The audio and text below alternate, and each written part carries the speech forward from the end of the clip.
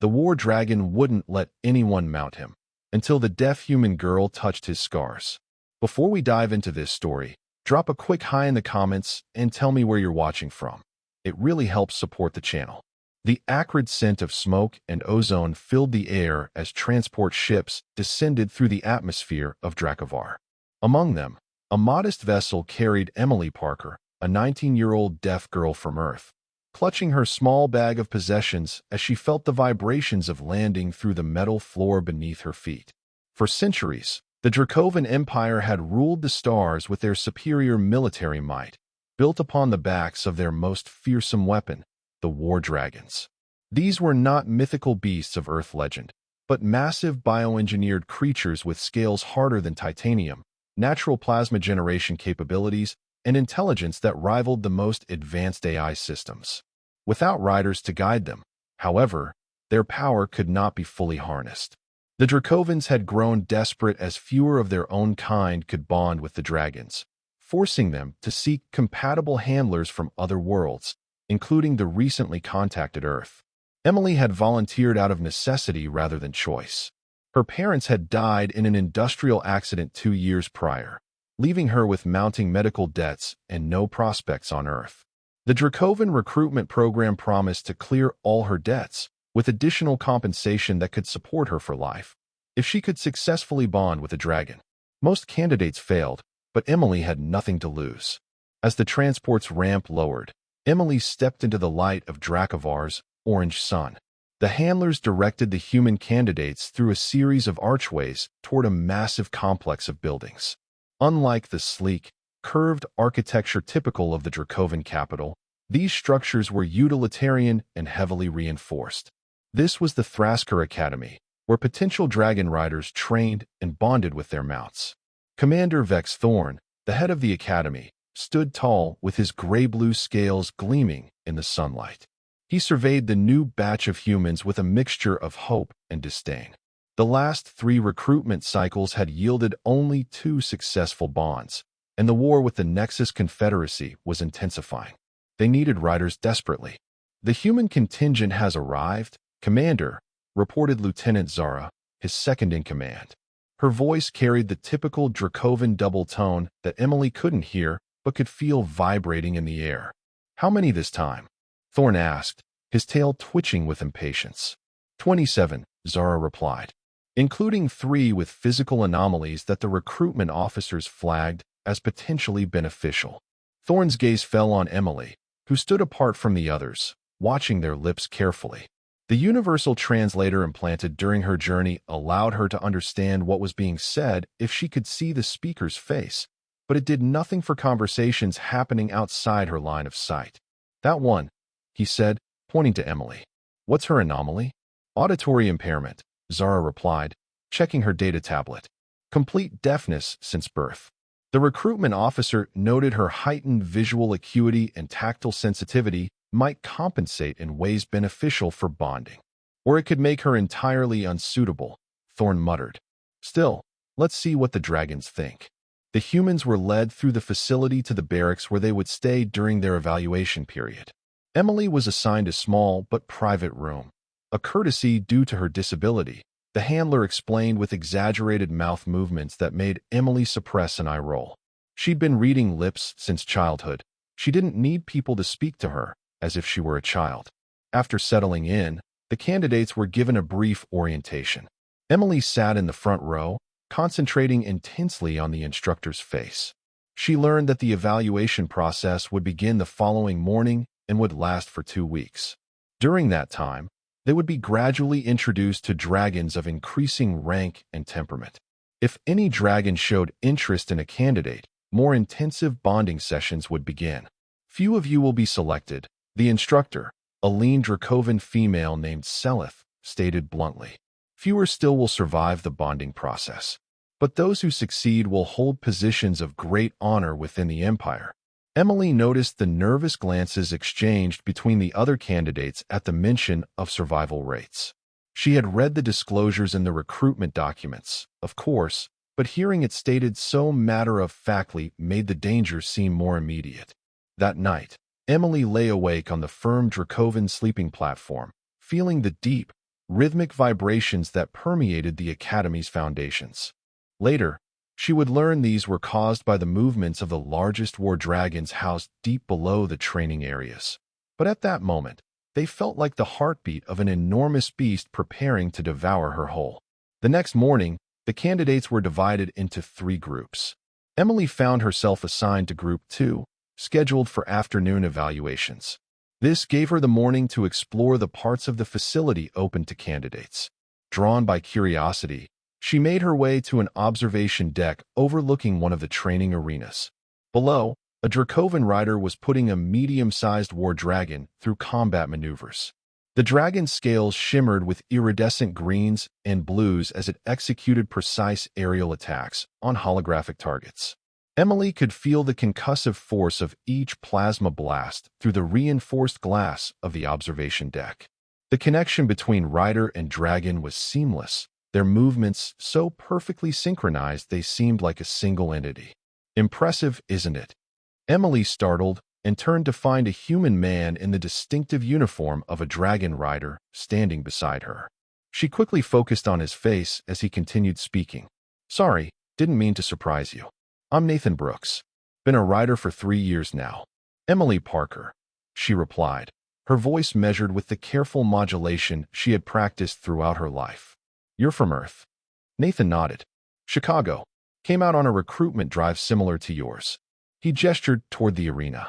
"That's Zyrith and her rider, Captain Maver. They've been bonded for 12 years, one of the longest-lasting partnerships in the Academy." "Why are humans being recruited?" Emily asked, cutting straight to the question that had been bothering her. "The Dracovans created these dragons. Why can't they ride them?" Nathan's expression grew serious. "They used to almost exclusively, but something's changed in recent generations. The genetic compatibility is declining among their population. They've tried other species, but humans, at least some humans, seem to have a neurological structure that's particularly compatible with dragon bonding." "And my deafness?" The recruitment officer implied it might be advantageous, but that seems counterintuitive. Nathan's eyes widened slightly. "I didn't realize you were deaf. Your speech is very clear." "Years of therapy," Emily replied with a small smile. "The translator implant helps me understand others if I can see them speaking, but I still can't hear." "That might actually help you," Nathan said thoughtfully. "The initial bonding process can be overwhelming. Many candidates fail because they can't handle the sensory input. Your brain might be better equipped to process the new sensations without auditory distractions. Plus, dragons communicate primarily through electromagnetic impulses and physical sensations. Verbal commands are secondary."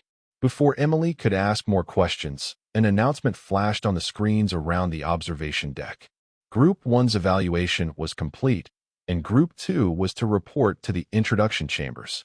"That's my cue," Emily said, straightening her training uniform. "Good luck," Nathan offered, his expression encouraging but tinged with something else, perhaps concern. "Remember, don't try to impress the dragons. They respond to authenticity, not bravado." The introduction chambers were a series of circular rooms with high ceilings and reinforced walls.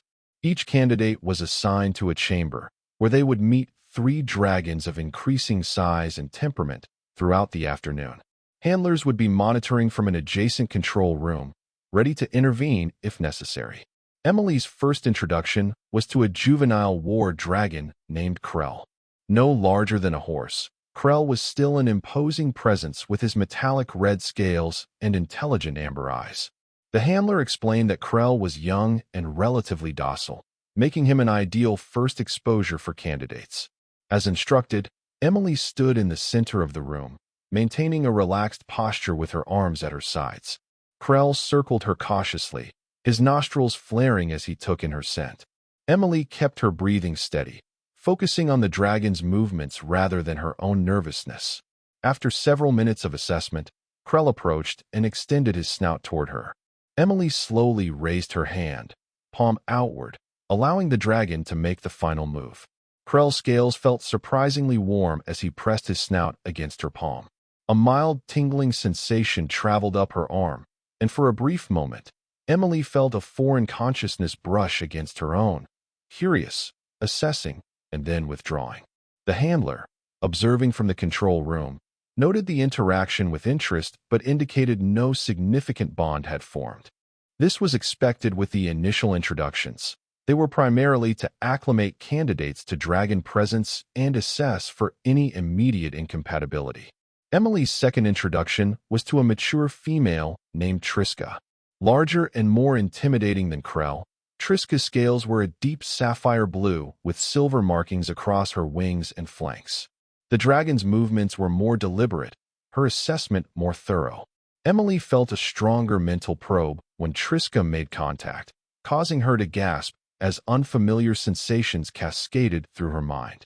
Images and emotions not her own flickered through her consciousness before fading away. Again, the handler noted the interaction but indicated no bonding potential. Emily tried to hide her disappointment as she was led to the final introduction chamber of the day. "The last dragon you'll meet today is challenging," the handler explained, his expression serious. "Rix is a battle-scarred veteran who has rejected every candidate presented to him for the past 3 years. We include him in the first-day evaluations as a baseline, but don't expect any positive interaction." Emily nodded her understanding, though she wondered why they would subject candidates to a dragon known for rejection on their very first day. Perhaps it was a way to temper expectations or to identify those who might crack under pressure. The chamber housing Rix was larger than the previous two, with additional reinforcement visible along the walls. When the massive door slid open, Emily's breath caught in her throat. Rix was at least 3 times the size of Triska, his scales a deep, midnight black that seemed to absorb light rather than reflect it. Jagged scars crisscrossed his hide, particularly concentrated around his face and left flank, telling the story of countless battles survived. But it was his eyes that truly captivated Emily. Brilliant golden irises with vertical pupils that fixed on her with an intensity that made her feel completely exposed. There was something in those eyes beyond the feral intelligence she had sensed in the other dragons. There was pain, deep and abiding, and a weariness that resonated with something inside her. Unlike the previous dragons, Rix made no move to circle or approach her. He remained coiled in the far corner of the chamber, his massive head raised and his gaze unwavering. The standoff continued for several minutes until the handler's voice came through the chamber's communication system. "We'll end the session here. Rix isn't going to engage today. Please proceed toward the exit slowly." Emily hesitated, her gaze still locked with the dragons. Then, acting on an impulse she couldn't quite explain, she raised her hand in the formal Dracovan gesture of respect that she had observed during orientation, palm outward, fingers slightly curved. For a moment, nothing happened. Then, almost imperceptibly, Rix's head tilted to the side, a gesture of curiosity or perhaps confusion. Emily took a deep breath and did something she knew violated protocol. She took a step forward. The handler's voice came through again, more urgent this time. "Candidate Parker, please proceed to the exit immediately." Emily ignored the command, taking another careful step toward the dragon. Rix's posture shifted, his muscles tensing beneath his scarred hide. Emily stopped, maintaining her stance with hand extended, and waited. The seconds stretched into what felt like minutes as dragon and human assessed each other across the chamber. Then, with a suddenness that made the observing handlers gasp, Rix uncoiled from his position and moved toward Emily with surprising grace for a creature of his size. Emily held her ground, her heart pounding so hard she could feel it in her throat, but her hand remained steady. Rix stopped just short of her, his massive head lowering until his snout was level with her extended palm.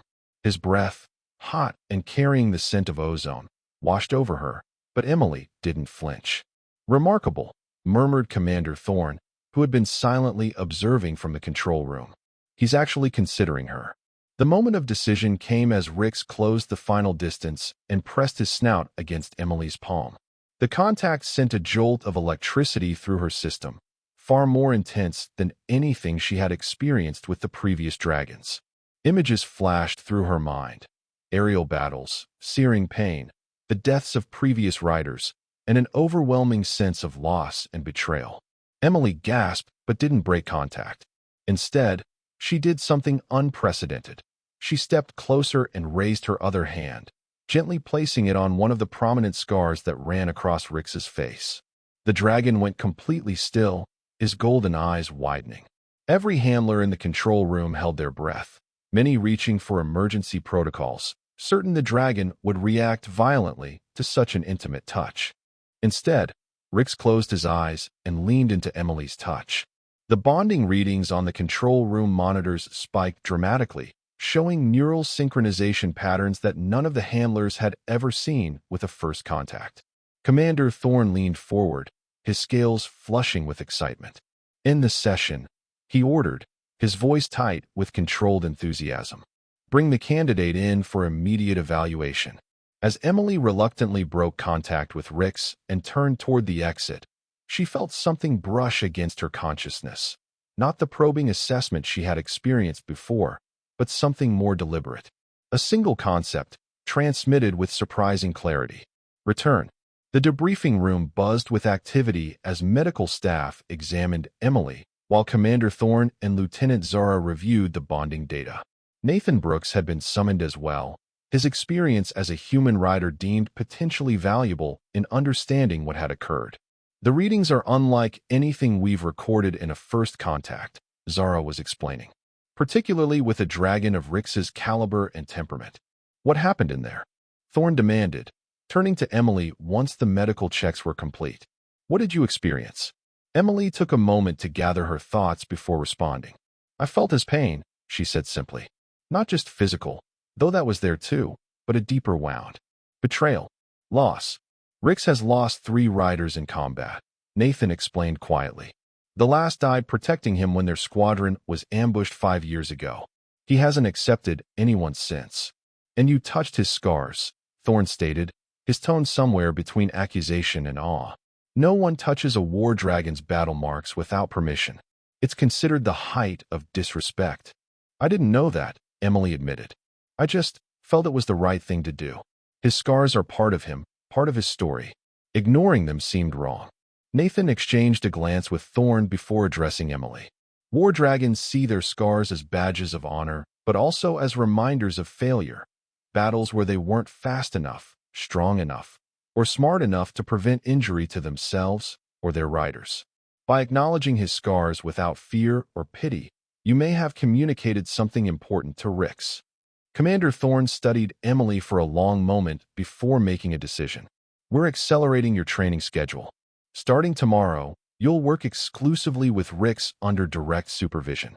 If this potential bond develops as the readings suggest it might, we could have you combat ready within months rather than years.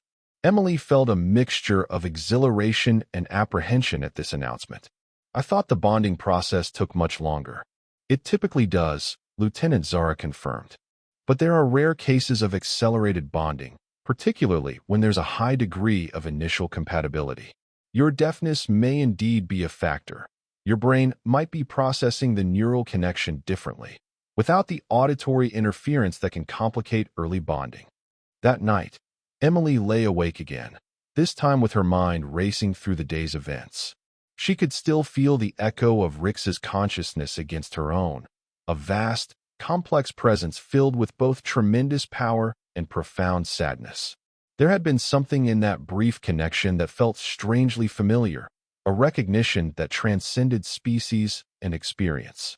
Perhaps, she thought as sleep finally claimed her, they were both scarred in ways that went beyond the physical, and perhaps that shared understanding was the beginning of something remarkable. The following morning, Emily reported to a different section of the academy, one reserved for paired riders and dragons in active training. Nathan met her at the entrance, his expression both excited and concerned. Word has spread about your session with Rix, he told her as they walked through the massive corridors. It's causing quite a stir. Rix is something of a legend among the war dragons. His combat record is unmatched, but his refusal to accept a new rider has kept him grounded during a time when we desperately need every advantage against the Nexus forces. I don't understand why they're rushing this, Emily admitted. Isn't it dangerous to accelerate bonding? It can be, Nathan acknowledged. But the war isn't going well, Emily. The Nexus has pushed back our defensive lines in 3 sectors over the past month. They've developed new weapons specifically designed to target war dragons. We've lost more riders in the past 6 months than in the previous 3 years combined. The gravity of the situation settled heavily on Emily's shoulders. When she had signed up for the recruitment program, the war had seemed distant, something happening far from Earth and unlikely to directly impact her life beyond providing an opportunity to escape her debts. Now, she was potentially stepping into a frontline combat role. "Here we are," Nathan said, stopping before an enormous reinforced door. "The individual training chambers. Rix is waiting inside." He paused, placing a hand on her shoulder. "Emily, be careful. Rix is powerful even by War Dragon standards, and while your initial connection was promising, he's still dangerous. If anything feels wrong during the session, signal the handlers immediately." Emily nodded, straightening her shoulders as the massive door slid open. The chamber beyond was far larger than the introduction rooms from the previous day, with a high, domed ceiling and various training apparatus scattered throughout. Rix lay in the center, his massive form seeming to absorb the light around him. As Emily entered, the dragon's head lifted, golden eyes fixing on her with the same intensity she remembered. There was recognition there, and something else: expectation. "We'll start with basic proximity exercises," came Lieutenant Zara's voice over the communication system. "Approach to a distance of 3 meters and maintain position. We'll be monitoring the neural feedback." Emily moved forward steadily, maintaining eye contact with Rix. As she reached the 3-meter mark, she felt the first tendrils of the dragon's consciousness reaching for hers. Not invasive, but questioning, searching for the connection they had briefly established the day before. Instead of simply standing as instructed, Emily raised her hand in the same gesture she had used during their first meeting. Rix's response was immediate, his massive head moving forward until his snout was just centimeters from her palm. Emily completed the connection, and the neural link flared to life between them. This time, she was more prepared for the rush of alien perceptions, though the intensity still made her gasp. Colors she had never imagined, sensations that had no human equivalent, and a spatial awareness that extended in all directions simultaneously flooded her mind. But beneath the disorientation was a thread of communication, not in words but in concepts and emotions that somehow translated across the vast divide between their species. Emily felt Rix's curiosity about her, his assessment of her physical form, so fragile compared to his armored bulk, and his particular interest in her deafness. There was confusion there. The concept of missing one of the basic senses was alien to him, but also a growing understanding that her perception of the world was fundamentally different from other humans he had encountered. In return, Emily tried to convey her own perceptions, how she navigated the world through sight, touch, and vibration, how she read the emotions on faces and in body language, how silence had shaped her understanding of connection. "The neural synchronization is stabilizing," Zara reported to Commander Thorne, who watched the proceedings with growing excitement. "Far more quickly than standard progression would suggest. Her brainwave patterns are adapting to the draconic input without the usual resistance." "Can she handle a mounted positioning test?" Thorne asked. Zara hesitated. "It's very early in the process, Commander. The physical contact requirements for mounting are significantly more intense than this basic connection." "Ask her," Thorne decided. "Let's see what she and Rix think." The question came through to Emily not via the communication system, but through Nathan, who entered the chamber slowly, careful not to disturb the connection being formed. He positioned himself where Emily could see his face while maintaining contact with Rix. "Emily," he said, speaking clearly for her benefit, "Commander Thorne is asking if you feel ready to attempt a mounted position. It's much sooner than normal protocol allows, but the readings are promising. The decision is yours and Rix's." Emily didn't immediately respond, instead directing the question through her mental link with Rix. The dragon's response was complex. There was eagerness but also caution, and a deep-seated wariness born from the loss of previous riders. Yet underlying these conflicted emotions was a growing certainty that this human, this deaf girl who had touched his scars without fear, might be different from those who had come before. "We'll try," Emily finally answered, her voice steady despite the rapid pounding of her heart. Nathan nodded and retreated from the chamber as Zara's voice came through again. We'll proceed with a static mount. Rix needs to lower his left shoulder and extend his mounting ridge. You'll approach from his left side. Place your hands on the primary grip points and pull yourself up to a seated position behind his crest ridge. At no point should you attempt to use the neural interface notes. Those come much later in the training. Emily acknowledged the instructions, but her focus remained on Rix. Through their connection, she conveyed her intention, feeling his understanding and his decision to cooperate. The massive dragon shifted his position, extending his left wing slightly and lowering his shoulder to create an easier access point. With careful movements, Emily approached Rix's flank. Up close, the intricate patterns of his scales became visible, not merely black as they appeared from a distance, but iridescent with deep blues, purples, and greens that shifted with each movement. Her hands found the natural handholds formed by the larger scales along his shoulder, and with a deep breath, she pulled herself upward. The moment she settled into position atop Rix's shoulders, the neural connection between them intensified dramatically. Emily gasped as her perception suddenly expanded, taking in the chamber from Rix's heightened senses. She could feel the air currents against his wings, the minute vibrations through the floor beneath his claws, and the electromagnetic fields generated by the monitoring equipment around them. Most overwhelming was the sensation of Rix's power, the coiled strength in his massive frame, the plasma generation organs along his spine humming with contained energy, the complex calculations his brain performed automatically to maintain balance and position. It was intoxicating and terrifying all at once.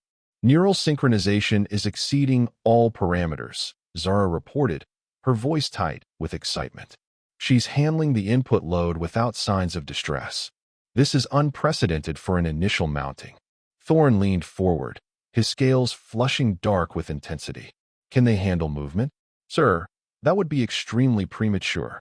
But Thorn's question became moot as Rix, responding to a thought Emily hadn't even consciously formed, began to move across the chamber floor.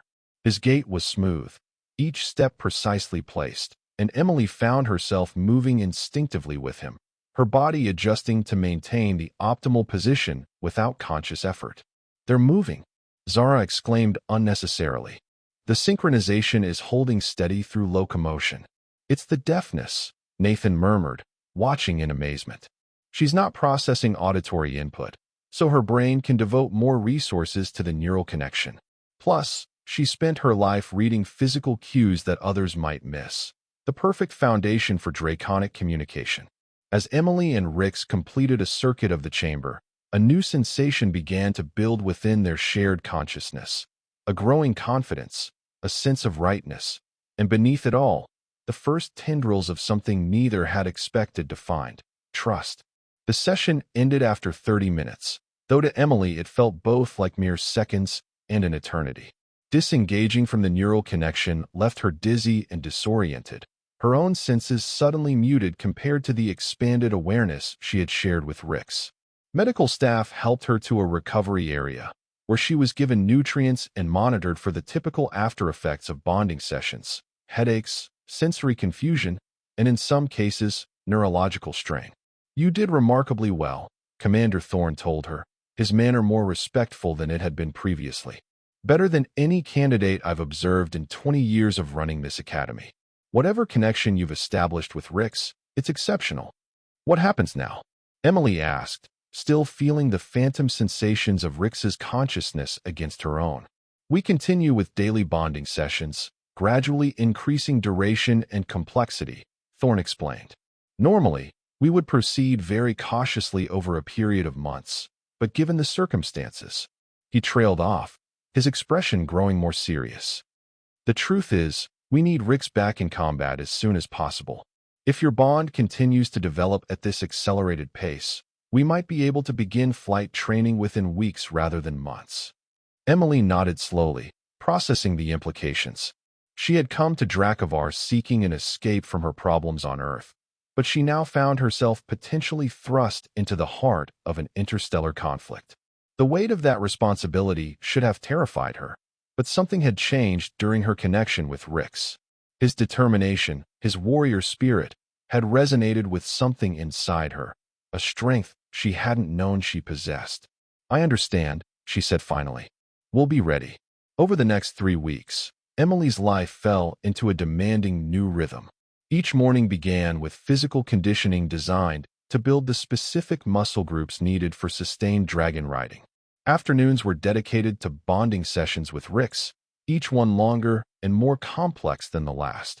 Evenings were filled with theoretical training, learning battle strategies, Dracovan military protocols, and the complex history of the war with the Nexus Confederacy. The bond between Emily and Rix grew stronger with each session.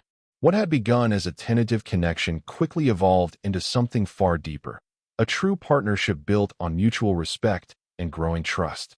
Through their neural link, Emily learned Rix's history, how he had been bred specifically for frontline combat, his record of 37 confirmed enemy kills, and the painful losses of his previous riders. In return, she shared her own story, the isolation of growing up deaf in a hearing world, the struggle to be seen as capable rather than disabled, and the devastating loss of her parents that had left her alone and in debt. Between them formed an understanding that transcended words, a recognition of kindred spirits who had both known what it meant to be different, to be underestimated, to persevere despite the odds. By the 4th week, they were cleared for basic flight training in the Academy's massive enclosed arena. The first time Rix launched himself skyward with Emily secured in the riding position, the surge of exhilaration nearly overwhelmed her. The neural connection conveyed not just the physical sensations of flight, the rush of air, the powerful movements of wing muscles, the precise adjustments for stability, but also Rix's joy at being airborne again after years of self-imposed grounding. They moved together as one entity, Emily's slightest thought translating into Rix's movements with a synchronicity that left even the veteran instructors speechless. What would normally take months of training to achieve, they managed in days. Perfect turns, rapid dives, complex evasive patterns, and eventually, targeting exercises with Rix's plasma generation capabilities. "They're ready for combat certification," Nathan told Commander Thorne after observing a particularly impressive training session. "I've never seen a pair bond so completely in such a short time. It's as if they were made for each other." Thorne nodded thoughtfully. "The timing couldn't be better. The Nexus forces have broken through our defensive line in the Eridani sector. We're deploying all available riders and dragons within the week." "Emily has barely completed basic training," Nathan protested. "Sending them into a hot zone so soon is necessary." Thorne cut him off firmly. "Rix is one of our most powerful war dragons, and their bond is exceptional. We need every advantage we can get." His expression softened slightly. "Besides, they won't be going in alone. We're forming a new squadron with experienced pairs to support them." The news of their impending deployment came to Emily and Rix during what was supposed to be a routine debriefing. Emily took the information with outward calm, though through their bond, Rix could sense the surge of anxiety she tried to suppress. Combat was always the expected outcome of their training, of course, but the reality of facing enemy fire was now imminent. That evening, Emily sought out Nathan, finding him in the riders' common area, where he was reviewing tactical data on a holographic display. "I need your advice," she said without preamble as she sat across from him. "What should I expect out there? What doesn't show up in the simulations and training manuals?" Nathan deactivated the display and considered her question with the seriousness it deserved. "The bond feels different in combat," he said finally. "More intense, more immediate. The danger creates a kind of hyper-awareness between rider and dragon. It can be overwhelming at first." He leaned forward, his expression earnest. "The key is to trust Rix. His combat instincts are extraordinary. Let them guide you. Your job isn't to control him, but to form a true partnership where each of you compensates for the other's weaknesses." "And what about killing?" Emily asked quietly, voicing the concern that had been growing in her mind. "I'm not a soldier. None of us were," Nathan replied with a sad smile. "But out there, it comes down to survival. Yours, Rix's, your squadmates. The first time is the hardest. After that," he trailed off, his eyes taking on a distant look that Emily had noticed in many of the veteran riders. "After that, you find ways to live with it." 3 days later, Emily stood on the launch platform of the orbital carrier Indomitable, watching as the ground crew completed the final combat preparations for Rix. His midnight scales had been augmented with additional armor plating at key vulnerability points, and specialized energy dampeners had been installed to help protect against the Nexus Force's anti-dragon weaponry. The neural link between them thrummed with anticipation and readiness. Rix's battle instincts were awakening after years of dormancy, and Emily could feel his eagerness to prove himself, and her, worthy in combat. Squadron Commander Vorin, a veteran Dracovan rider with over 40 combat missions, addressed the assembled pairs with terse efficiency. Intelligence reports a Nexus battle group attempting to establish a foothold on Outpost KX-12. Our mission is to prevent their landing forces from deploying while our ground troops secure the outpost. Expect heavy resistance. The enemy knows the strategic value of this position. Emily climbed into position atop Rix as the massive launch bay doors began to open, revealing the star-speckled blackness of space beyond. The carrier's force field maintained atmosphere while allowing the war dragons to depart. Through their neural connection, Emily conveyed both her nervousness and her determination. Rix responded with a surge of confidence and a singular thought that needed no translation. Together, the squadron launched in perfect formation, 12 war dragons and their riders moving as a coordinated unit into the void. Unlike conventional spacecraft, war dragons generated their own energy fields that allowed them to survive and maneuver in space, their bioengineered systems adapting to the extreme conditions.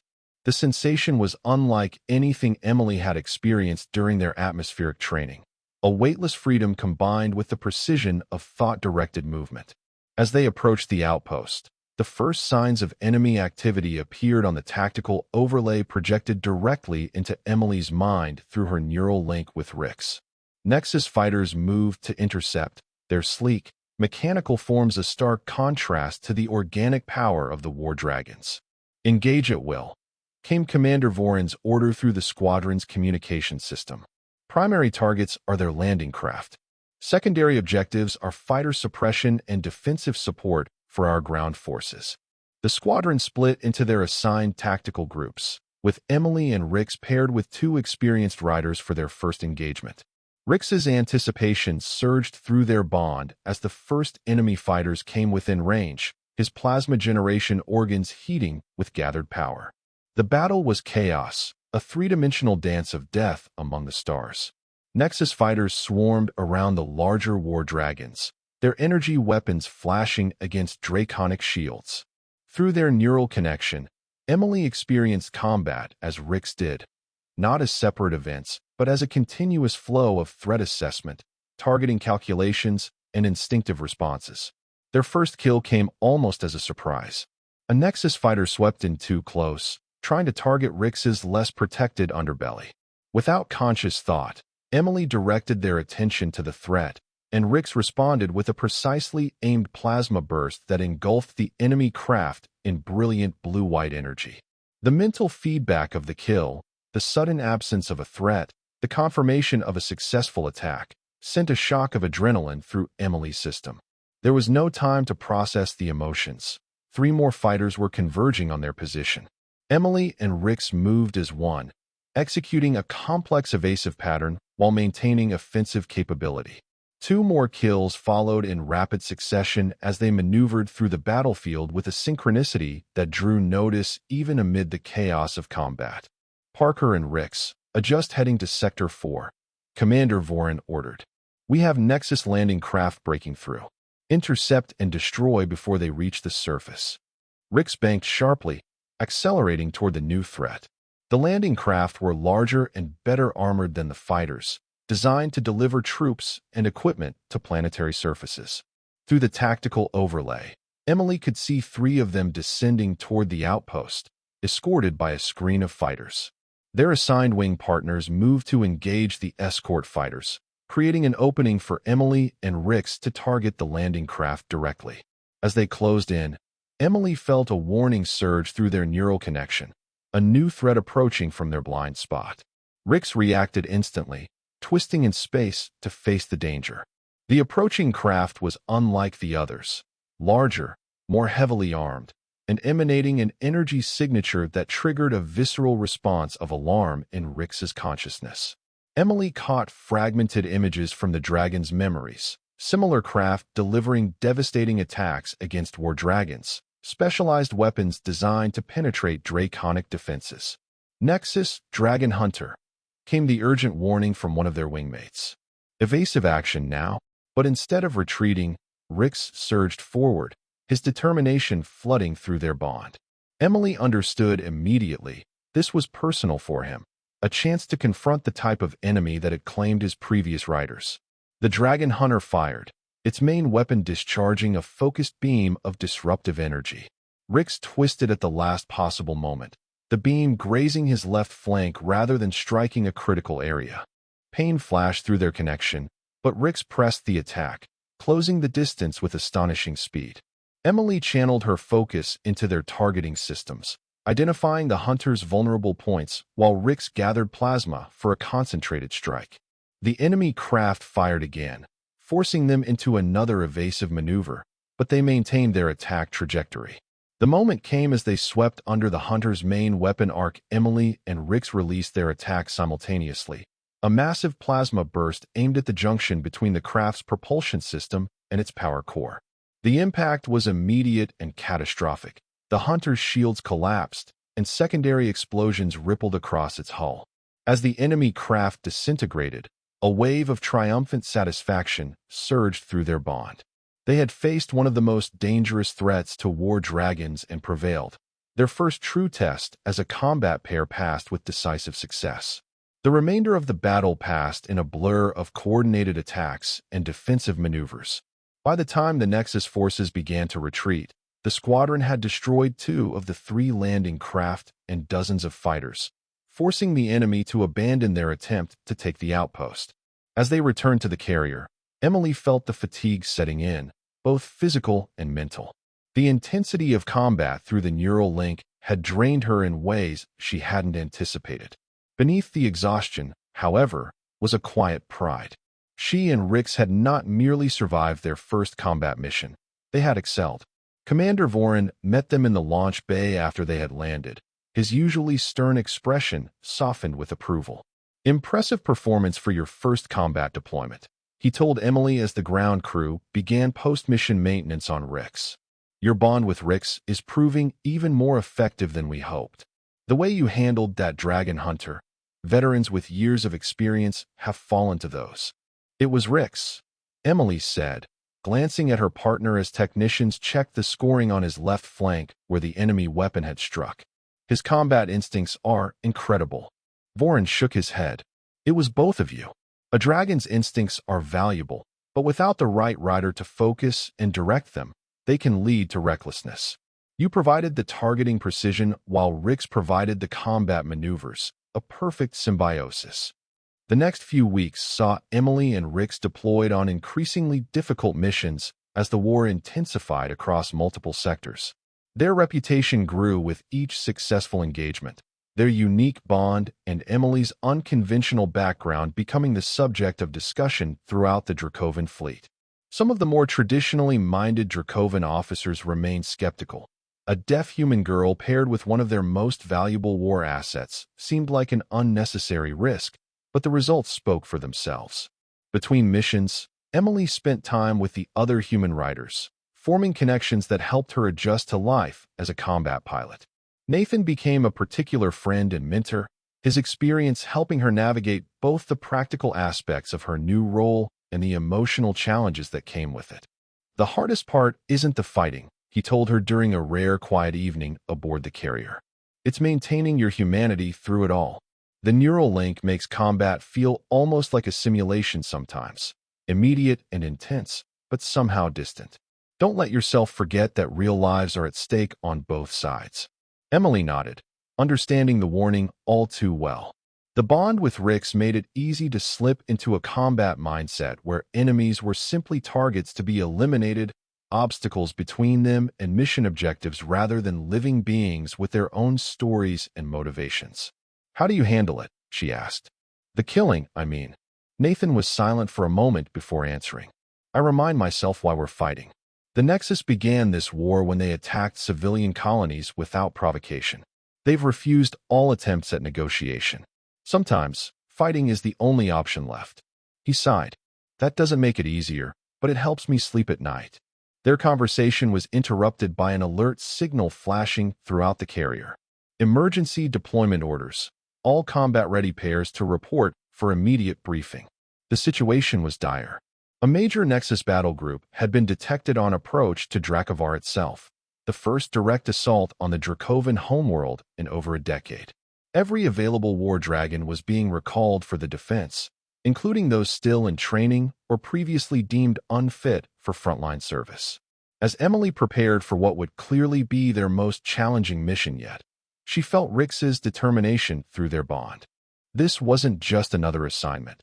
This was the defense of his homeworld, the protection of everything that had created and shaped him. His resolve resonated with Emily's own growing sense of belonging. In the months since leaving Earth, she had found something she never expected, a place where her differences were strengths rather than limitations, a partner who understood her without words, and a purpose that challenged her to become more than she had ever imagined possible. The scale of the coming battle became clear as they launched from the carrier, joining hundreds of other war dragons converging from bases and outposts across Dracovan space. Against them, the Nexus had deployed their most formidable fleet, capital ships, fighter squadrons, and specialized anti-dragon units in numbers that suggested they were committing fully to this assault. Squadron assignments were distributed rapidly, with Emily and Rix placed in an elite strike team targeting the Nexus flagship. Intelligence indicated the enemy commander was directing the assault from this vessel, and disabling it might throw their forces into disarray. It was a high-risk, high-reward mission that spoke to the trust now placed in their abilities. As the battle was joined, the void of space lit up with weapons fire and the brilliant flashes of plasma discharges from the war dragons. The Dracovan fleet moved to engage the Nexus capital ships, while fighter squadrons clashed in swirling dogfights around the larger vessels. Through it all, Emily and Rix moved with purpose, their bond allowing them to navigate the chaos with precision and confidence. Their strike team encountered heavy resistance as they approached the enemy flagship. Waves of interceptors and multiple Dragon Hunter craft deployed specifically to protect the command vessel. The team leader, a veteran Dracovan rider named Kaler, coordinated their approach through tactical bursts transmitted directly to their neural interfaces. "We need to penetrate their perimeter defenses," Kaler communicated as they regrouped after repelling the first wave of interceptors. "Parker and Rix, you've shown exceptional maneuverability. Can you create a diversion to draw fire from their port defense array?" Emily acknowledged the request, feeling Rix's eager agreement through their bond. They broke formation, accelerating toward the flagship's defensive batteries in a series of unpredictable patterns designed to confuse targeting systems. Enemy fire converged on their position, exactly as intended, creating the opening their teammates needed. What they hadn't anticipated was the deployment of a new Nexus weapon, one that hadn't appeared in any intelligence briefings. As Rix executed a tight turn to avoid a concentration of conventional fire, a strange pulse emanated from the flagship. The energy wave passed through conventional shields but struck the neural link between Dragon and Rider with devastating effect.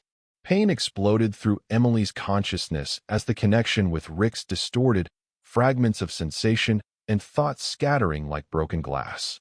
Through the fractured bond, she felt Rix's confusion and fear as he struggled to maintain control of his flight path. They were suddenly vulnerable, their movements uncoordinated, their perfect synchronicity shattered. "Neural disruptor," came Kaler's urgent warning. "All pairs, strengthen your shields and fall back to regroup." But retreat wasn't an option for Emily and Rix. They were too close to the enemy flagship, surrounded by closing interceptors. Through the damaged neural link, Emily reached for Rix with desperate determination. This couldn't be how their story ended, not when they had come so far, overcome so much. In that critical moment, something unexpected happened. As the neural disruptor pulsed again, Emily's unique neurological structure, shaped by a lifetime of deafness and adapted to different forms of sensory processing, provided a resilience that other riders lacked. Where others might depend heavily on the auditory components of the neural link, Emily's bond with Rix had always been built primarily on visual and tactile sensations, electromagnetic frequencies, and intuitive understanding. The disruption still affected them, but not catastrophically. As Emily fought to stabilize their connection, she felt Rix responding, his consciousness reaching for hers through the interference. There was pain and difficulty, but also a fierce refusal to be separated. Together, they forged a new pattern of connection, less precise than before, but functional, a testament to the true depth of their bond. "We're still operational," Emily transmitted to Kaylor, her mental voice strained but determined. "The disruptor affects us less severely. We can continue the mission." "Negative, Parker. Fall back immediately," came the response. "That's a direct order." But through their reconstructed bond, Emily sensed something from Rix, a strategic insight born from his years of combat experience. The neural disruptor was clearly a new technology, one that could potentially turn the tide of the entire war by neutralizing the Dracovan's greatest advantage. If they retreated now, the Nexus would have time to refine and replicate the weapon. Making a decision that would later be debated in strategic academies for years, Emily acknowledged Kaylor's order, and then ignored it. She and Rix accelerated toward the flagship, specifically targeting the section where the disruptor pulses originated. "Parker, what are you doing?" Kaylor demanded. "Ending this," Emily replied simply. Through their compromised but functioning bond, she and Rix coordinated their approach. The enemy, apparently believing them disabled by the disruptor, reacted too slowly to their sudden assault. They penetrated the outer defensive screen, evading interceptors and point defense fire with movements that, while not as flawless as before, were still more coordinated than anything the Nexus had encountered. As they closed on their target, a distinctive array protruding from the flagship's command section, Emily felt Rix gathering his energy for the most powerful plasma discharge they had ever attempted. The strain on his systems was enormous, pushing dangerously close to overload, but his determination matched her own. This was their moment, their chance to make a difference that could alter the course of the war. The discharge, when it came, was blinding, a concentrated beam of plasma that struck the disruptor array with pinpoint accuracy. The explosion cascaded through the flagship's command section, secondary detonations rippling along its length as power systems overloaded and weapon caches ignited. The backlash from their attack sent Emily and Rix tumbling through space, their systems temporarily overwhelmed. As they struggled to stabilize, the neural link between them flared with renewed clarity. The destruction of the disruptor had ended its interference, allowing their bond to regenerate. Around them, the battle had shifted dramatically. With the enemy flagship crippled and its command structure in chaos, the Dracovan forces pressed their advantage. War dragons and fleet vessels coordinated their attacks with renewed confidence, pushing the Nexus forces back on all fronts. By the time Emily and Rix recovered enough to rejoin the fight, the outcome was already becoming clear. The Nexus assault had failed, their forces beginning a disorganized retreat that would soon become a rout. The defense of Dracovar was a victory, one that would be remembered for generations. As they returned to the carrier amid celebrations and congratulations, Emily felt a profound weariness settling over her. The strain of the damaged neural link, the intensity of combat, and the emotional toll of their near sacrifice had left her drained in ways she had never experienced before. Through their bond, she could sense that Rix too was exhausted, his massive frame pushed to its limits by their desperate gamble. But beneath the fatigue was something else, a deep satisfaction, a sense of completion that transcended the victory itself. They had faced their greatest challenge and emerged stronger, their bond tested and proven in the crucible of combat. Whatever came next, they would face it together. In the days that followed, as Dracovan forces pursued the retreating Nexus fleet and secured their borders, Emily and Rix became reluctant celebrities. Their actions had not only helped save Dracovar, but had exposed a potentially devastating enemy weapon before it could be fully deployed, giving Dracovan scientists the opportunity to develop countermeasures. Commander Thorne personally delivered the news of their commendation and promotion, his manner more respectful than Emily had ever seen it. The High Command is creating a new strike force, he informed her, specifically comprised of pairs who demonstrated resilience against the neural disruptor. You and Rix will be its cornerstone. Emily accepted the assignment with quiet pride, though she found herself longing for something beyond the constant cycle of combat and brief respites.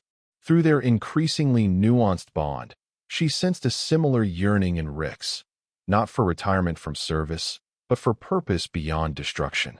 An unexpected opportunity arose 3 weeks later, when Dracovan scientists requested their assistance in testing potential countermeasures to the Nexus disruptor technology.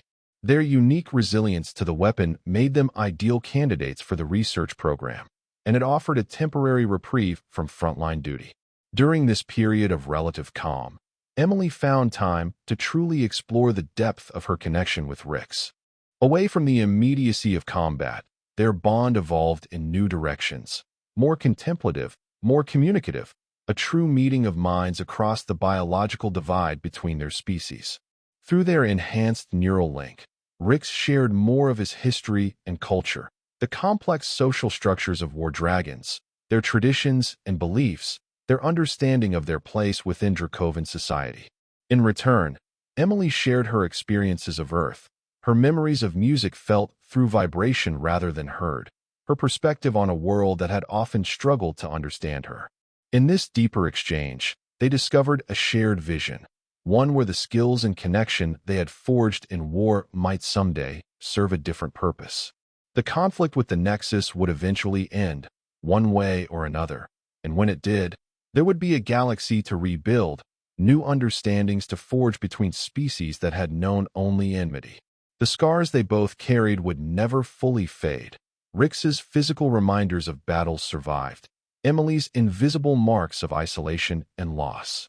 But those same scars had led them to each other, had formed the foundation of a bond unlike any other in the Dracovan forces.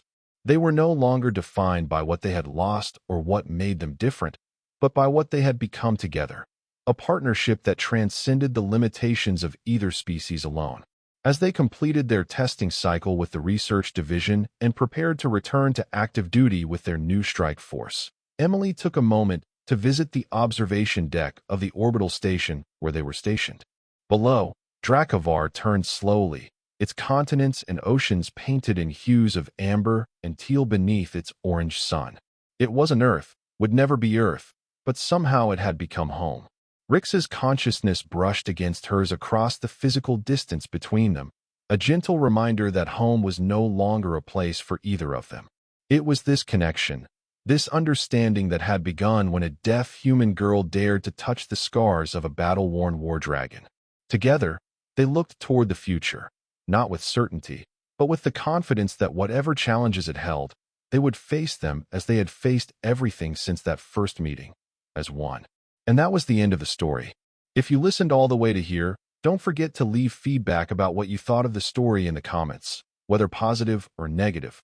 Your feedback helps us improve. Also leave your like and subscribe to the channel for more stories like this one. And I'll leave here on the screen another video that I'm sure you'll like. Big hug, and see you in the next story.